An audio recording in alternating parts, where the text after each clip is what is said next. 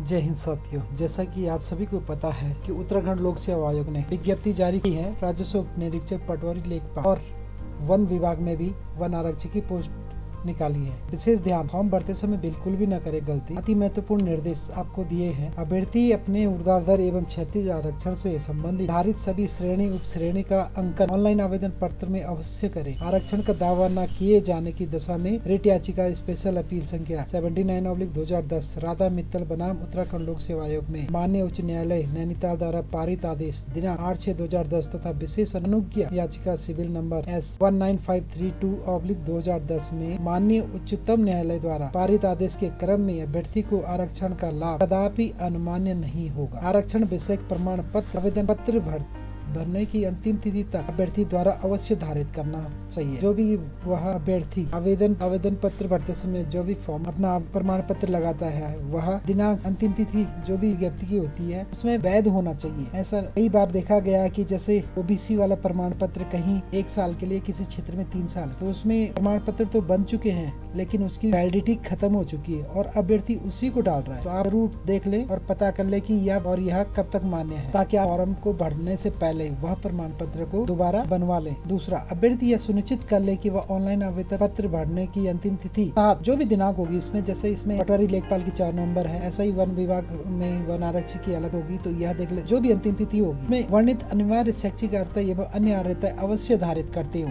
जैसे किसी में ग्रेजुएशन मांग रखा है, यदि आवेदक ग्रेजुएशन नहीं है और अपेयरिंग चल रहा है तो वह फॉर्म नहीं भर सकता। और जिसका पेपर हो चुका है, रिजल्ट आना बाकी है, तो वह सुनिश्चित कर ले कि 4 नवंबर 2022 तक को उनके पास रिजल्ट नहीं बल्कि अंक पत्र होना जरूरी है, क्योंकि उसमें अंक पत्र का डेट ही पड़ेगी। तो आप ये ना समझे कि आपने ग्रेजुएशन कर लिया है, वह डेट आपको मेन है कि जो अंक पत्र आपको प्रोवाइड होगा वही डेट आपने उसमें डालनी है। आप देख सकते हो अन्य अर्हता अवश्य धारित करती हूँ। अभ्यर्थी की शैक्षिक अर्हता के संबंध में परीक्षा परिणाम घोषित होने की तिथि वह मानी जाएगी जो अंक पत्र निर्गत होने की तिथि है।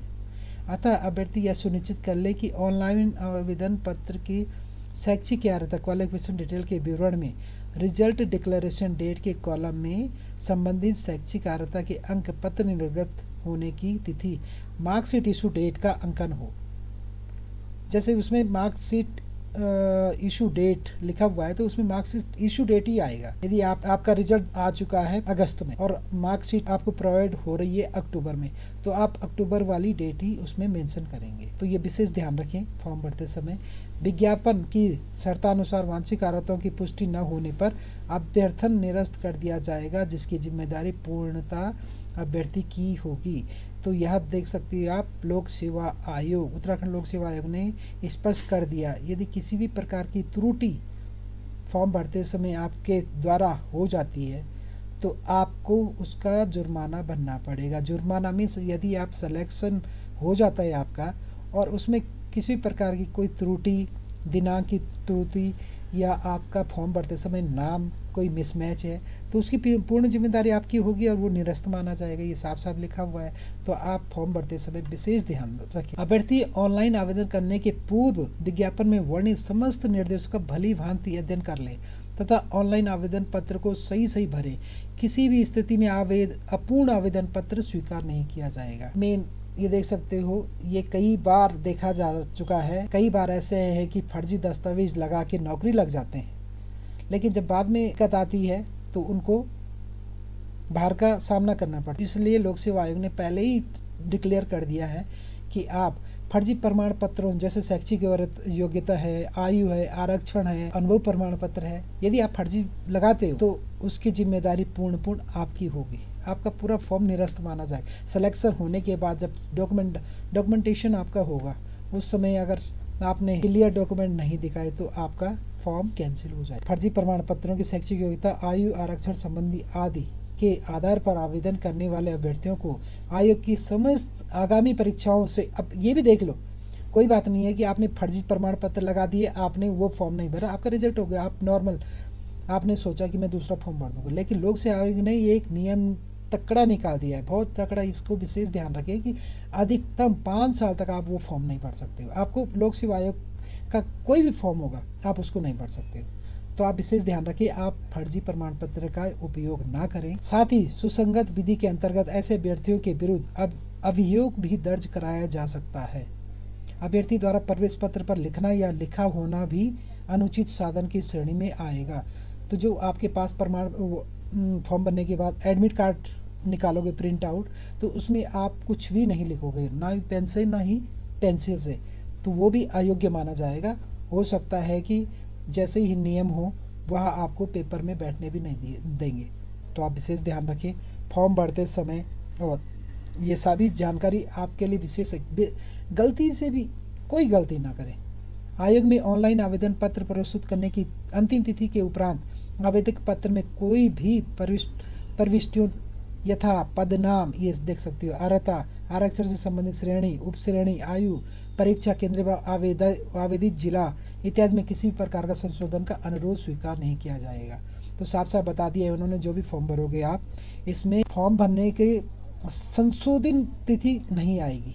ये साफ साफ बता दिया इन्होंने, संशोधित तिथि नहीं आएगी। वैसे आती थी लेकिन लोक सेवा आयोग ने क्लियर कर दिया कि संशोधित तिथि नहीं आएगी।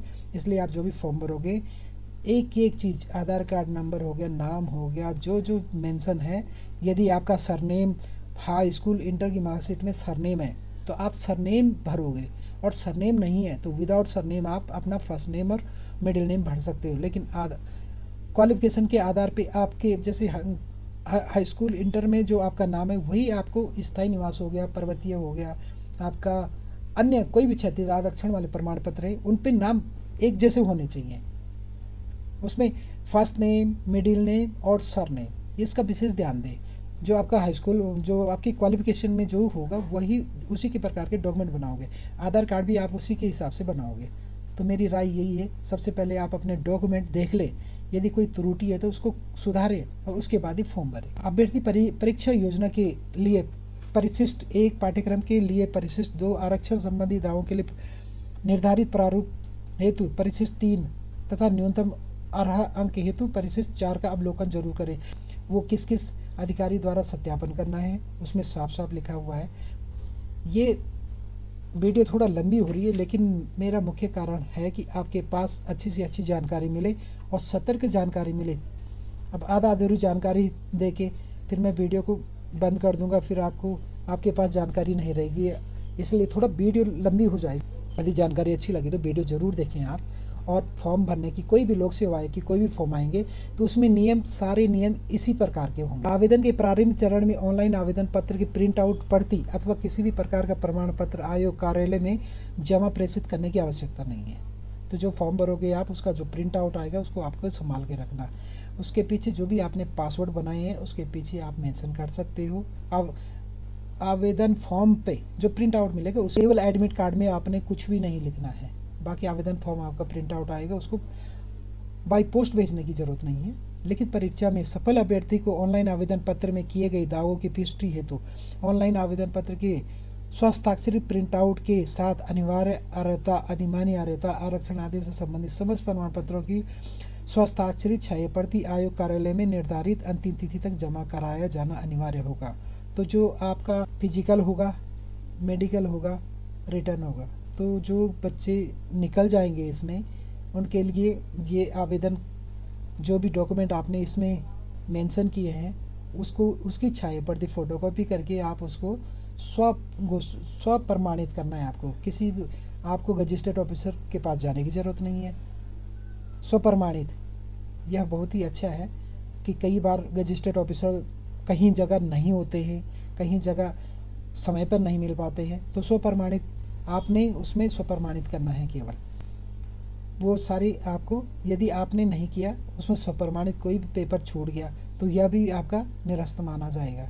अंतिम तिथि से पहले जमा करने हैं आपको, इनको सफल हो जाएंगे उनके लिए ये। अभ्यर्थी आवेदन पत्र का प्रिंट आउट भविष्य में आयोग से किए जाने वाले पत्राचार और अन्य आवश्यक प्रयोग साक्षी हेतु आप सुरक्षित रखें, तो वहाँ आप संभाल के रखें। अभ्यर्थी ऑनलाइन आवेदन करने हेतु अंतिम तिथि की परीक्षा न करें। बिल्कुल बिल्कुल, ये बहुत ही सही बात है। अभ्यर्थी ऑनलाइन जब भी फॉर्म आता है, फॉर्म आपको स्टार्टिंग में भरना है, नहीं तो बाद में दिक्कत होती है किस चीज़ की, सर्वर की, क्योंकि सारे लोग उसी दिन फॉर्म अंतिम तिथि में भरने शुरू करते हैं, बाद में सर्वर का इशू हो जाता है, तो आप पेपर देने में, फॉर्म भरने में वंचित रह जाते हो। बड़ी मुश्किल से तो फॉर्म आते हैं। और इसमें जैसे यूके SSC के फॉर्म आते थे, उसमें आपको 3-3 महीने का टाइम दिया जाता था, 3-3 महीने का टाइम दिया जाता। इसमें केवल कम से कम मुझे लगता है शायद 20 दिन दिया होगा। तो 20 दिन के अंदर अंदर आपने, जैसे ही आपके पास विज्ञप्ति आती है, कोई भी विज्ञप्ति, ये तो अभी आई गई 4 नवंबर को लास्ट डेट है इसकी, लेकिन जो भी विज्ञप्ति आती है आप उसको, जैसे फॉर्म आया उसको अंतिम तिथि की परीक्षा ना करें, फॉर्म भर दें, लेकिन वही है कि पेपर आपके कंप्लीट होने चाहिए। बाकी आप देख सकते हो प्रश्नगत परीक्षा हेतु न्यूनतम 8 अंकों के प्रतिशत का उल्लेख विज्ञापन के परिशिष्ट 4 पर उपलब्ध है। अभ्यर्थियों को अपनी आरक्षण श्रेणी उप श्रेणी के अनुसार न्यूनतम अर्हता अंक प्राप्त करने पर ही मेरिट के आधार पर प्रणुता सूची हेतु विचारणीय किया जाएगा। तो यहाँ पे देख सकते हो जैसे मेरिट सूची होगी, ये न्यूनतम अर्हता है। सब शुरू में 2008 में 2010 में लगभग या उससे पहले किसी के 2 नंबर भी आते थे और उस श्रेणी में कोई अदर नहीं था, तो वो 2 नंबर वाला भी सफल माना जाता था और उसकी ज्वाइनिंग हो जाती थी। लेकिन इसमें इन्होंने परिशिष्ट 4 में सारी चीज़ें मेंशन कर दी हैं उन्होंने कि कम से कम श्रेणी वाइज 45 नंबर, 40 नंबर और 35 नंबर मिनिमम कर दिया। यदि इससे नीचे पूरी मेरिट में उस श्रेणी में कोई नहीं आता तो वह रिक्त मानी जाएगी। वो यदि अगली पोस्ट आएंगी तो वह अगली पोस्ट में मेंशन हो जाएंगे, लेकिन वह सफल नहीं माना जाएगा। इसी प्रकार लिखित परीक्षा हेतु अभ्यर्थियों को आवंटित परीक्षा केंद्र व परीक्षा की तिथि की सूचना यथा समय आयोग की वेबसाइट तथा दैनिक समाचार पत्रों के माध्यम से अभ्यर्थी को उपलब्ध कराई जाएगी। लिखित परीक्षा में अर्ह अभ्यर्थियों के ऑनलाइन आवेदन में किए गए दावे से संबंधित अभिलेखों यथा शैक्षणिक आरक्षण आदि का आयोग द्वारा सत्यापन किया जाएगा। अभ्यर्थी को ऑनलाइन आवेदन में किए गए दावे से संबंधित अभिलेखों, शैक्षणिक आरक्षण आदि की स्वप्रमाणित छाया प्रति जमा करना अनिवार्य है। उसके बाद लिखित परीक्षा वस्तुनि इस प्रकार में सफल अभ्यर्थी से शारीरिक मानक एवं दक्षता परीक्षा में भाग लेने की अपेक्षा की जाएगी। अभ्यर्थी को शारीरिक मानक एवं दक्षता परीक्षा हेतु पृथक से सूचित किया जाएगा, जिसकी सूचना यथा समय विज्ञप्ति के माध्यम से आयोग की वेबसाइट्स पे दैनिक समाचार पत्रों से आपको सूचना दी जाएगी।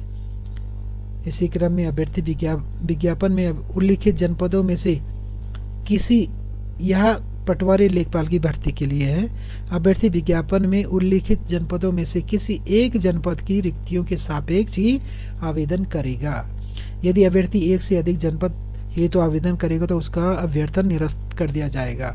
तो आप वैकेंसी के हिसाब से देख लें कि आपको कहाँ सुटेबल लगता है और आपको किस जनपद में फॉर्म भरना है। तो एक ही जनपद में फॉर्म भरना, 2 जनपद, एक से अधिक जनपद में आप फॉर्म नहीं भर सकते हैं। यहाँ केवल पटवारी और लेखपाल की भर्ती के लिए है। प्रशिक्षण हेतु चयनित अभ्यर्थियों को संगत सेवा नियमावली के अनुसार में विभागाध्यक्ष द्वारा निर्धारित पाठ्यक्रम पर आधारित संस्थान में स्वयं के व्यय पर 1 वर्षीय प्रशिक्षण तस्मै प्रवाही नियमों के अधीन सफलतापूर्वक प्राप्त करना अनिवार्य है। तो जो सफल अभ्यर्थी होंगे उनके लिए अपने ही पैसों से, स्वयं के व्यय से, तो जो पेपर पास कर देगा, फिजिकल पास कर देगा, तो उसमें से 100%, मेरे हिसाब से 100% लोग इसको सफल कर देंगे और उनको सफलता जरूर मिलेगी। धन्यवाद आप सभी का वीडियो देखने के लिए। फॉर्म पूरी जानकारी के बाद ही भरें। यदि इसी प्रकार की जानकारी आपको आगे मिलती रहे तो आप मेरे चैनल पहाड़ी डिजिटल रविवार को सब्सक्राइब कर सकते हो। और यदि किसी प्रकार की क्वेश्चन पूछना है तो आप उसमें कमेंट्स कर सकते हो और मैं उस कमेंट्स का जवाब एक दिन के अंदर देने की पूरी कोशिश करूँगा। धन्यवाद आप सभी का। जय हिंद, जय भारत, जय उत्तराखंड।